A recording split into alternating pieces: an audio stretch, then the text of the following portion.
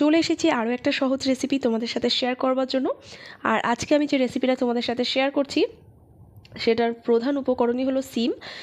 তো সিমগুলো এখানে কেটে নিচ্ছি। তো এই রেসিপিটা কিন্তু বানানোর জন্য খুব বেশি উপকরণের প্রয়োজন লাগবে না, আর এটা কিন্তু দুপুরবেলার জন্য মানে ভাতের সাথে খাওয়ার মতো একটা রেসিপি বলা যেতে পারে। খুব সিম্পল একটা রেসিপি। তো সিমগুলো সব কাটা হয়ে গেছে, আমি ভালো করে ধুয়েও নিলাম।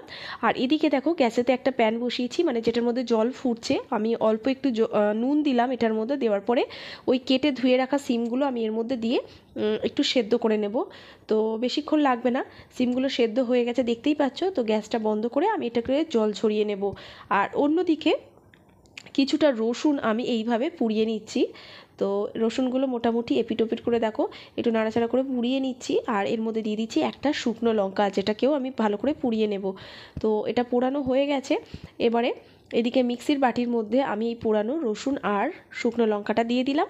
আর সাথে এই যে সিমটা যেটা সেদ্ধ করে রেখেছিলাম, এটা কিন্তু আমি ঠান্ডা হয়ে গেছে অলরেডি। তো ঠান্ডা হওয়ার পরে কিন্তু এই মিক্সির বাটিতে দিয়ে দিলাম। দেওয়ার পরে এটারই আমি একটু পেস্ট বানিয়ে নিচ্ছি। তো সিমের পেস্টটা হয়ে গেছে, এখানে দেখতেই পাচ্ছ। তো এবার যাব পরের প্রসেসে।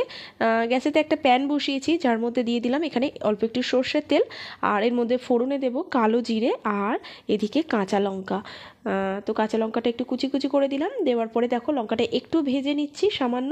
নেওয়ার পর ওই যে সিমের যে পেস্টটা বানিয়েছি সেটাই আমি এটার মধ্যে দিয়ে এবারে নাড়াচাড়া করব। গ্যাসটা কিন্তু লো টু মিডিয়াম হিটে আছে, খুব বেশি জোরে দেওয়া যাবে না। তো এইভাবে ক্রমাগত কিন্তু নাড়তে হবে। তো কিছুক্ষণ পরে আমি এটার মধ্যে দিয়ে দিলাম মানে স্বাদ মতো নুন। সেটা দেওয়ার পরও কিন্তু আমি আবারও এইভাবে নাড়তে থাকবো। তো এটা শুকনো হবে।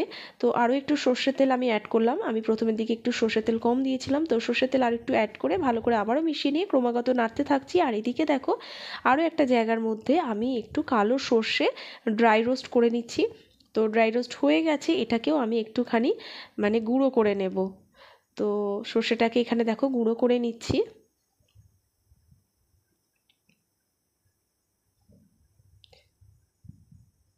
তো এখানে দেখো সর্ষের গুঁড়োটা হয়ে গেছে, যাব আবারও সেই সিমের দিকে। তো এটাও অনেকটা কিন্তু শুকিয়ে এসেছে দেখতেই পাচ্ছ, মানে প্যানের গা ছেড়ে আসছে। তো এটার মধ্যে আমি দিয়ে দেবো ওই যে সর্ষে গুঁড়ো করে রেখেছিলাম, সেটারই কিছুটা দিয়ে দেবো। দেওয়ার পরে দেখো এটাও আমি ভালো করে আবারও মিশিয়ে নিচ্ছি। তো নেবার পরে এর মধ্যে আমি দিয়ে দেবো একদম লাস্টে আরও একটু সর্ষের তেল। আমি কিন্তু গ্যাসটা তখন বন্ধ করে দেবো। দেওয়ার পরে কিন্তু আমি সর্ষের তেলটা অ্যাড করব। এই যে প্যানের থেকে ছেড়ে আসছে, তার মানে এটা হয়ে গেছে। তো এরপরে জাস্ট একটু সর্ষের তেল আমি অ্যাড করে দিচ্ছি এর মধ্যে। এটাকে আমি মিশিয়ে নেব। গ্যাসটা কিন্তু অফ করে দিয়েছি। তো হয়ে গেছে আমাদের সিম ভর্তা। গরম ভাতের সাথে কিন্তু খেতে এটা খুবই ভালো লাগে, অবশ্যই একবার ট্রাই করো। আর এরকম অনেক রেসিপি কিন্তু আমার চ্যানেলে অলরেডি দেওয়া আছে, একটু চেক আউট করে নিও।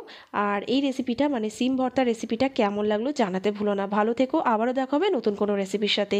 টাটা।